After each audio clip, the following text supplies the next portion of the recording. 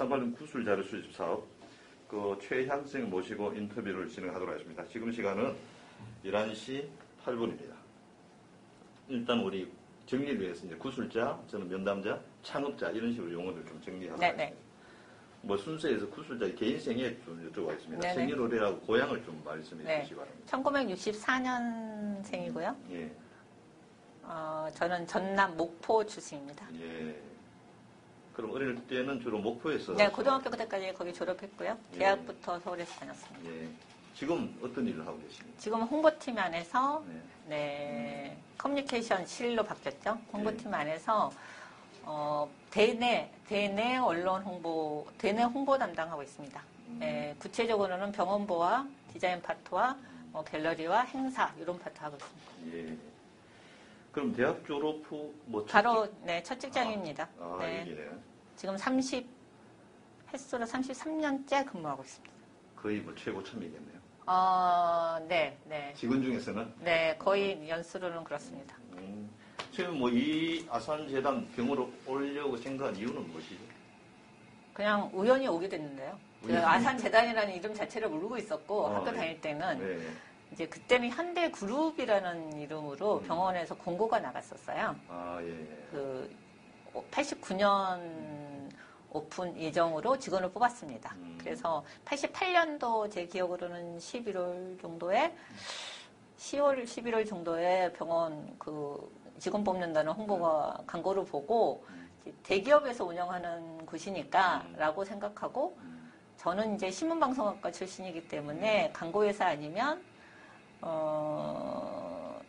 PR 회사 뭐 정도 가고자 하는 마음이 있었고 그게 안 되면 대기업 홍보실을 가겠다 이런 마음이 있어서 뭐 거기도 뭐 마찬가지 아닐까? 그러니까 구체적으로 모르고 들어왔습니다.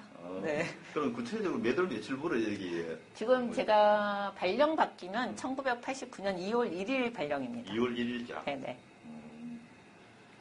그러면 병원에 딱 발령받았다 봤을 때 첫 분위기가 좀 어땠습니까? 서간 짓고 있었고요. 제가 면접하러 왔는데 그 88년 11월에 면접을 했던 걸로 기억합니다. 면접하러 왔는데 서간 1층에 로비가 공사가 아직 안 돼 있었어요. 그래서 천정 마감 공사하고 있었습니다.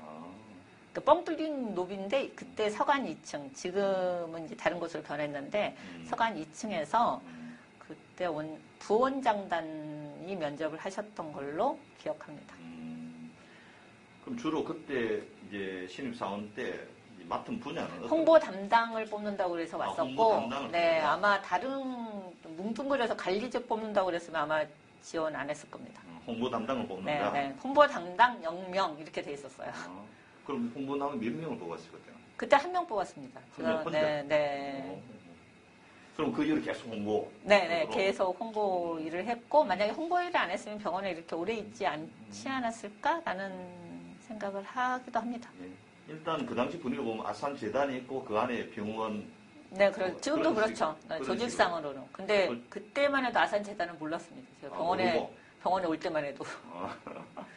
그럼 그때 만약에 이제 홍보라든가 어떤 이게 병원도 파트가 있을 거 아닌가요? 네네.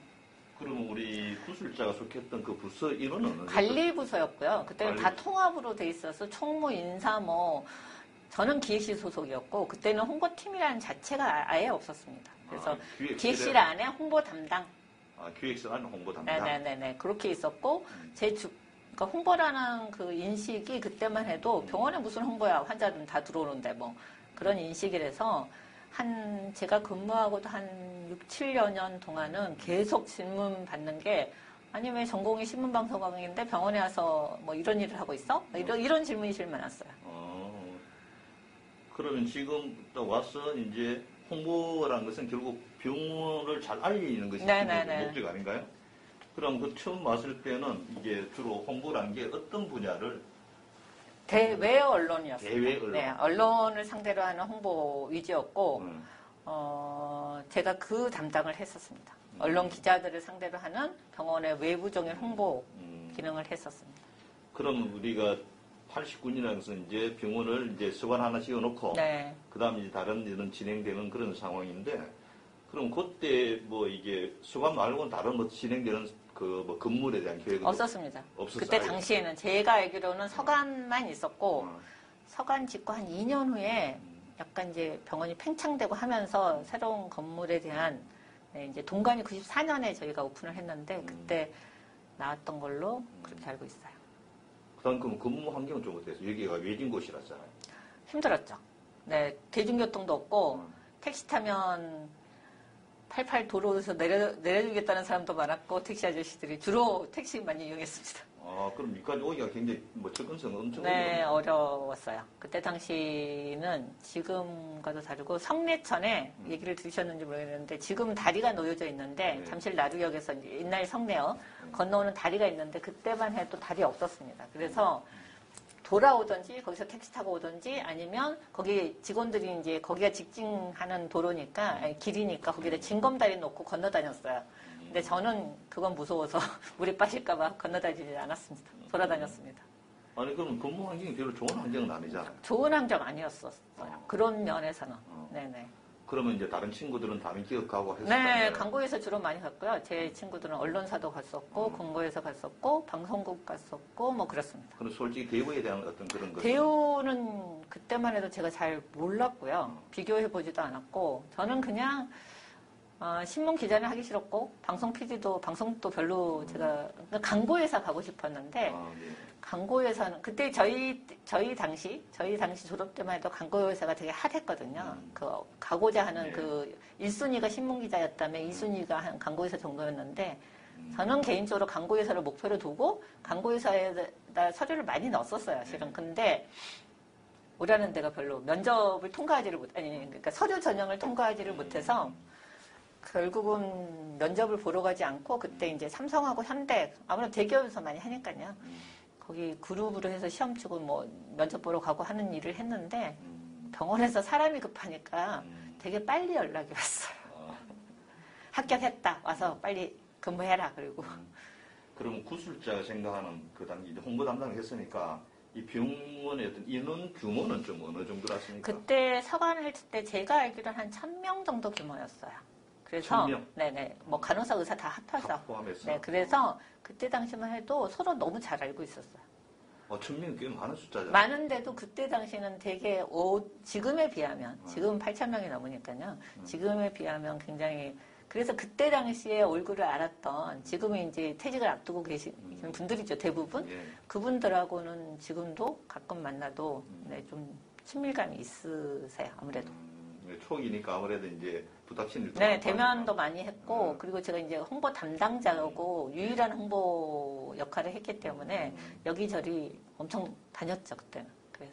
그럼 설립 당시 병상 규모는 어느 정도? 병상 규모는 아마 정확한 데이터는 지금 예, 책자에 예. 다 나와 있을 텐데, 1000병상 조금 안 됐던 걸로 기억을 하기는 해요. 그 1,000병상이라는 것은 저희들은 감은 안 잡히니까 그때 그 당시에 또 우리나라 병원 큰 규모였습니다. 규모였다. 네. 그때 뭐 이 정도 규모면 굉장히 큰 규모였어요. 지금처럼 뭐 단일 병상으로 최고의 병상수를 가진 병원은 아니었지만 뭐 세브란스도 있고 하니까요. 그리고 강남 성모병원 같은 경우는 이제 한 장소에 있는 게 아니라 군데군데 이제 여러 개의 브랜치가 있기 때문에 거기는 이제 병상수 좀 다르지만 이렇게 한 곳에 모여 있는 병원으로서는 크다라고 그때도 했고 이제 아무래도 그런 병원들에서 견제했죠. 그러면 일단은 우리 서울중앙병이 생기기 전에 지방의 지역의 그 병원도 있었잖아요. 네네 있었습니다. 그럼 그것도 같이 홍보가 됐어요? 아니 그거는 없고 저는 서울중앙병원 그때 당시 이름으로 중앙병원에 안에 있는 홍보로만 왔었습니다. 대회 뭐 이런 네네네. 그때 당시만 해도 지방병원은 홍보 개념 자체는 아예 없었고요. 제가 서울아산병원, 서울중앙병원에 왔을 당시만 해도 병원의 홍보 인력을 뽑는다는 거는 그 누구도 생각하지 않았던 거예요. 그래서 이 병원에서 그래도 현대라는 대기업에서 운영하는 병원이니까 뭐가 좀 다르구나 이렇게 생각을 했었던 것 같아요. 그 일반인 보면 병원 홍보라는 게 우리랑 좀 거리가 멀거든요. 사실. 네네네네. 그리고 주로 대외 업무라 그러면 언론사인데 네네. 그러면 병원에서 일어나는 뭐 사소한 큰 일들은 다 이제 보도자료를 내는 네네네 그런 맞습니다. 시스템이에요.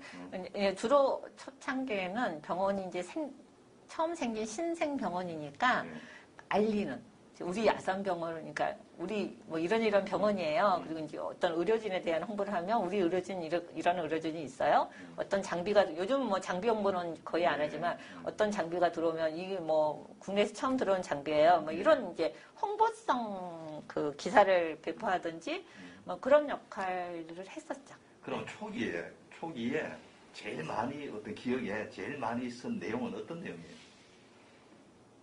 제일 많이 쓴 거. 장비 속이 좀 많이 나갔던 것 같고요. 어떤 의사에 대해서 의뢰가 들어오면 언론사에서 누구누구 의사 뭐 글 써주세요. 뭐 이렇게 하고 그러면 이제 그런 거 청탁받아서 중간에 이제 제가 역할을 했었고 또 초창기에는 방송 프로그램을 저희가 많이 나가려고 이름을 알려야 되니까요. 홍보가 제일 중요한 게 병원 이름을 아무도 모르고 이제 생긴 병원이고 저희가 또 지리적으로도 굉장히 열악한 위치에 있었기 때문에 병원을 알리는 게 한 2, 3년간의 목표였어요. 그러니까 병원을 알릴 수 있는 모든 수단을 강구하는 거였죠. 그러니까 방송, 제 기억으로는 무슨 굉장히 그 오락성 있는 프로그램에도 만약에 의료진이 출연할 기회가 있으면 의료진 섭외해서 출연시키고 이런 역할들을 이제 했었죠. 당시. 그러다가 이제 거의 뭐 한 1년 채 안 돼가지고 또 마음에 큰 어떤 위기가 오는 게 이제 대홍수죠. 네. 홍수가 났는데 그때 어떤 이 병원의 어떤 그런 이게 환경들 있잖아요. 네. 환경과의 관계라는 그 어떤 이게 조건들은 구자 생각하는 것은 좀 어떠했습니까? 이 부분, 이 위치가 저는 하룻밤 잔 사람이거든요. 숙제 다 했을 때 나가지를 못했어요. 물이 갑자기 들어와가지고. 그래서 아마 그때 당시에 근무했던 사람들은 다 수제 얘기를 해요. 우리가 그때 다 속으로는 망했구나라고 생각했거든요. 우리 그렇게 거의 1층에 제 종아리 정도 높이니까요. 지하는 다 찼고. 근데 이제 눈으로 현장에서 보고 지금은 건물이 지어진 그 앞에 지금 융합연구관이나 교육관들은 그 앞에 다 공터였고 주차장이었거든요. 그래서 거기 이렇게 차들이 둥둥 떠다니는 것들이 다 보였어요. 그래서 근데 그게 완전 순식간에 밀고 들어온 거였거든요. 근무하러 왔는데 아침부터 장마비가 엄청 내렸는데 근무를 하러 들어왔어요. 들어오고 나서 한 2-3시간 만에 그 현상이 막 나타나고 못 들어오는 직원들이 있었어요. 아침 출근을 못하는 직원들이. 그래가지고 눈으로 직접 보면서 막 물이 차오르고 이런 거 보고 나갈 수가 없어갖고 밤을 여기서 새고 온통 불도 꺼지고 이제 막 그렇게 하고 환자들 입원해 있는 상태 이런 거 보면서 그때 와 이제 속으로는 직원들이 이제 큰일 났네. 1년밖에 안 됐는데 우리 망했네 라고 생각을 했죠. 아니 근데 비가 이제 오게 되면 몇 시간 와 그런 장기는 아닐 거잖아요. 그게 유수지에 펌프 가동하는 성내천 그 옆에 있는데 그게 아마 멈춰섰던 걸로 기억하고, 네네. 풍납동 장태가 워낙 전부터, 비만 오면 침수 지역이라서 아주 유명했던 동네더라고요. 저도 몰랐는데. 그래서 그 영향이 있었고, 지대가 아마 그런가 봐요. 그리고 그게 펌프가 작동이 안 되면서 이제 역으로 병원으로 물이 들어온 거라서 아마도 그 이후로는 그 펌프장 관리를 엄청 병원에서 비만 오면 가서 챙기고 한다고 소문을 들었습니다, 제가. 그럼 그 당시 어떤 피해 규모는 어느 정도였어요? 피해 규모 정확한 액수는 아마 지금 책자에 있고 제가 기억을 못해요. 병원에서 좀 손해 장비는 그때 예를 들면 간만하이프라는 장비가 동양에서 2번째인가 저희가 들어온 엄청난 제 기억은 35억인가 아무튼 어마어마한 돈으로 해서 우리가 한참 홍보를 했었어요. 거의 1년 동안. 그게 뭐냐면 머리를 열지 않고 쏘아서 이렇게 요즘은 좀 흔한 장비예요. 뇌종 같은 거 이렇게 없애는 방사선으로 없애는 장비거든요. 근데 그게 다 물에 잠겨서 결국은 의료 장비는 그렇게 되면 못 쓰거든요. 수선해서 쓸 수 있는 장비가 아니에요. 근데 그게 가장 액수가 큰 장비였고 그것뿐만 아니라 요즘 암 치료한다고 선형가속기님 이렇게 방사선 쪽에서 암 치료하는 장비들이 다 지하에 있었어요. 그게 하중 때문에 무겁기 때문에 다 지하에 배치하거든요. 그때까지만 해도. 그래서 그 장비들 다 잠겨서 결국은 다 다시 구입해야 되는 어마어마한 피해였죠. 다음 이제 이 병원이라는 것은 환자들이 또 많잖아요. 네. 그렇게 되면 이제 지하 장벽도 이제 배전 시설 다 잠겨버리면 그 환자들은 어떻게? 병원은 별도 가동하는 발전 시설이 있어요. 그래서 응급 수술이나 이런 거는 뭐 대충 다 마무리해서 나왔던 걸로 알고 있고, 입원 환자들은 이제 그게 안 되는 거예요. 뭐 전기 라인 꼽아갖고 이렇게 산소하고 막 이런 것들이 안 돼서 펌프, 사람 손으로 하는 그 엠브백이라고 있거든요. 그걸로 그러니까 뭐 돌아가면서 하는 상황이 생기고 그래서 정말 지금 생각해 보면 환자가 한 분도 사고가 나지 않은 게 정말 천만다행이었다라고 생각하는 거죠. 근데 어떻든 그 이게 복구가 바로 안 되는데 그 네. 환자들은 계속 환자 이송했습니다. 어디로? 이틀 만에 각 서울 시내 병원들을 그 책자에 보시면 수제 부분이 또 별도로 나오거든요. 네. 10년 사이에 조금 자세히 나와 있는데 보시면 그 각 해당 병원으로 다 병상에 있는지 연락해서 병원에서 응급 환자부터 먼저 보내고 해서 그 수제 다음 날부터 시작해서 다음 날인가 그 다음 날인가 해서 그 고무보트에 환자를 다 직원들이 태워서 분류해서 환자 증상별로 다 분류해서 그거를 했습니다. 의사, 간호사 다 붙여서 앰뷸런스 실어서 그러니까 앰뷸런스가 지금 반하면 그 88 뒤 병원 뒤도를 쫙 대기하고 있었어요. 그래서 그 물이 요만큼 찼으니까 고무보트로 거기까지 올려서 환자를 올려 보내서 거기서 다 실어서 다른 병원으로 가고 그 간 환자들 이제 그 계속 병원에서 케어하면서 네. 다른 병원 가더라도 네네네 그 연락하고 뭐 했던 걸로 알고 있고 그다음에 그 환자들 퇴원할 때 그 비용 전혀 정산 않고 다 보냈습니다. 입원 환자들 네네 돈 받지 않고 굉장히 큰 결단을 한 거죠. 그런데 나중에 얘기 들어보니까 업무팀 얘기 들어보니까 그 환자분들이 다 제대로 하고 그중에 아주 적은 수만 비용을 납부 안 했다라고 하시더라고요. 그냥 가시라 했는데도 네네. 본인들 스스로 네네. 이제 납부하고 갔다는 거죠. 나중에 병원 복구하면서. 복구하면서. 그러니 그때는 이제 홍보 업무를 계속 하고 있었는데 네네. 이제 위기 상황이잖아요. 네네. 그래서 본인은